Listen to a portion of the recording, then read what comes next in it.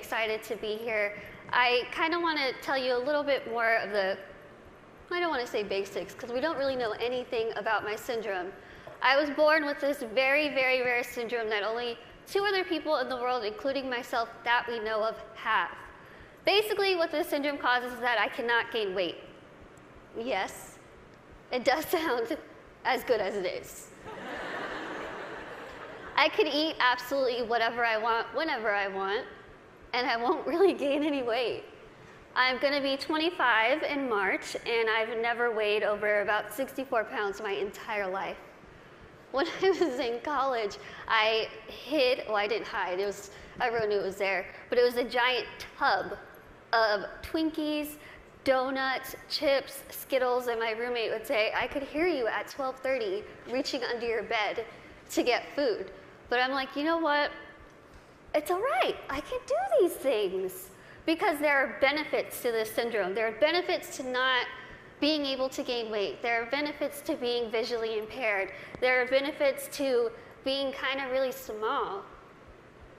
A lot of people think, Lizzie, how in the world are you saying there's benefits when you can only see out of one eye? Let me tell you what the benefits are, because they're great. I wear contacts, half off contacts. When I wear my reading glasses, half off prescription.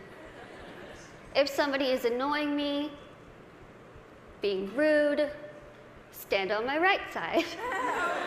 It's like you're not even there. I don't even know you're standing there. Right now, if I stand like this, I have no clue that there's this whole side of the room. Also, being small, I am very willing to volunteer myself to go to Weight Watchers, go to some gym and say, hi, I'm Lizzie. I will be your poster child. Put my face on whatever you need and I will say, hi, I use this program. Look how well it worked. Even though there are really amazing things that have come from this syndrome, there are also things that have been very, very difficult, as you can imagine. Growing up, I was raised 150% normally. When I was my parents' first child, and when I was born, the doctors told my mom, your daughter has no amniotic fluid around her at all.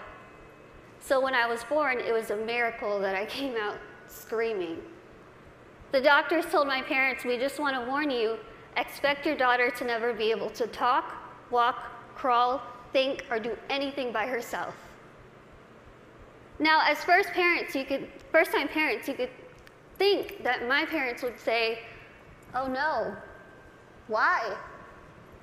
Why are we getting our first child to have all these unknown problems?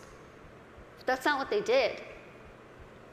The first thing they told the doctor was, we want to see her, and we are going to take her home and love her and raise her to the best of our abilities. And that's what they did.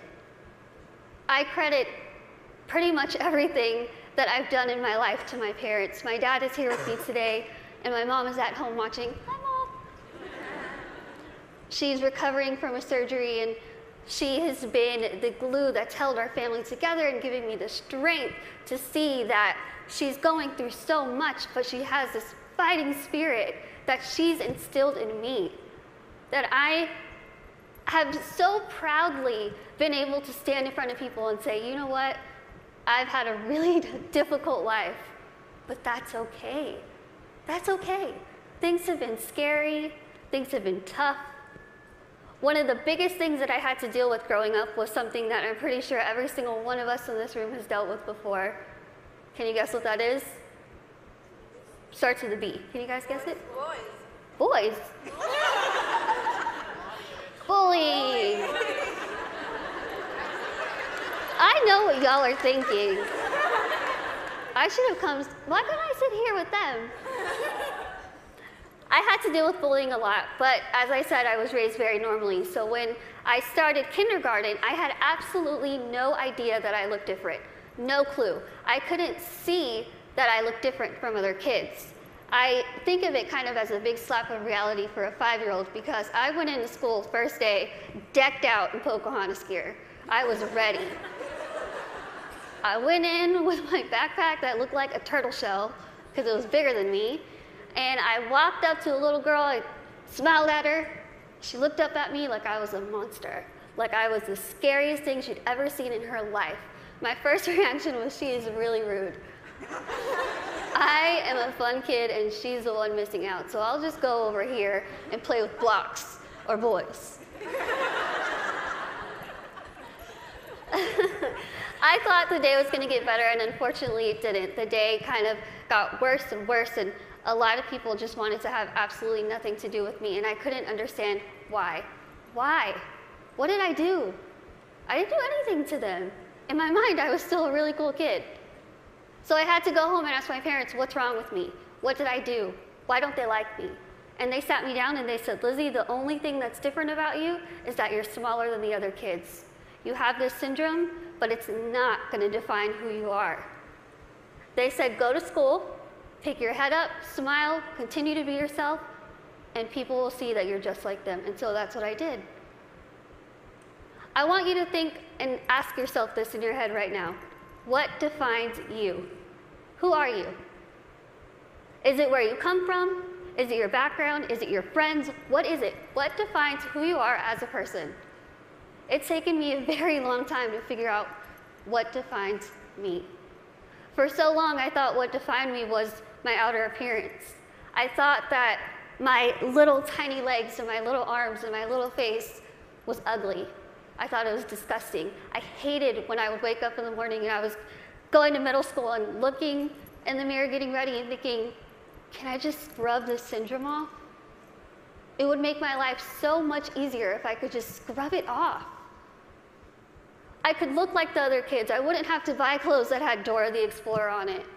I wouldn't have to buy stuff that was bedazzled when I was trying to be like the cool kids. I would wish and pray and hope and do whatever I could to pray that I would wake up in the morning and I would be different and I wouldn't have to deal with these struggles. It's what I wanted every single day, and every single day I was disappointed. I have an amazing, amazing support system around me who never pity me, who are there to pick me up if I'm sad, who are there to laugh with me during the good times, and they taught me that even though I have this syndrome, even though things are hard, I can't let that define me. My life was put into my hands, just like your lives are put into yours. You are the person in the front seat of your car. You are the one who decides whether your car goes down a bad path or a good path. You are the one that decides what defines you. Now, let me tell you, it could be really hard to figure out what defines you. Because there are times where I would just get so annoyed and frustrated, and I don't care what defines me. When I was in high school, I found a video, unfortunately, that somebody posted of me labeling me the world's ugliest woman.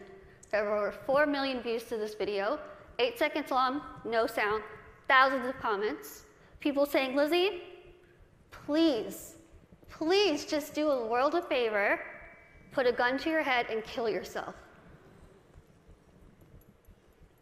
Think about that. If people told you that, strangers told you this. I cried my eyes out, of course, and I was ready to kind of fight back, and something kind of clicked in my head, and I thought, I'm just going to leave it alone. I kind of started realizing that my life is in my hands. I could either choose to make this really good, or I can choose to make this really bad. I could either be grateful and open my eyes and realize the things that I do have and make those the things that define me. I can't see out of one eye, but I can see out of the other. I might get sick a lot, but I have really nice hair. Thanks. You guys are like the best little section right here. Let me lose my train of thought. Okay, where was I? Hair. Okay, thank you. Okay, so I could either choose to be happy or I could choose to kind of be upset with what I have and still kind of complain about it. But then I started realizing, am I gonna let the people who called me a monster define me? Am I gonna let the people who said kill it with fire define me? No. I'm gonna let my goals and my success and my accomplishments be the things that define me, not my outer appearance, not the fact that I'm visually impaired, not the fact that I have this syndrome that nobody knows what it is. So I told myself I'm going to work my butt off and do whatever I could to make myself better, because in my mind, the best way that I could get back at all those people who made fun of me, who teased me, who called me ugly, who called me a monster, was to make myself better and to show them, you know what? Tell me those negative things, I'm going to turn them around and I'm going to use them as a ladder to climb up to my goals. That's what I did. I told myself I wanted to be a motivational speaker, I want to write a book, graduate college, have my own family, my own career. 8 years later, I'm standing in front of you, still doing motivational speaking. First thing, I accomplished it. I wanted to write a book. In a couple weeks, I will be submitting the manuscript for my 3rd book.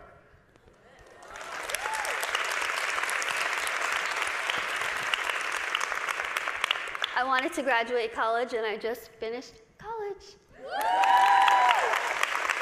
I'm getting a degree. I'm getting a degree in communication studies from Texas State University in San Marcos, and I have a minor in English. I really tried to use real life experience while I was getting my degree, and my professors were not having it. But I wanted to have, lastly, my own family and my own career, and the family part is kind of down the line.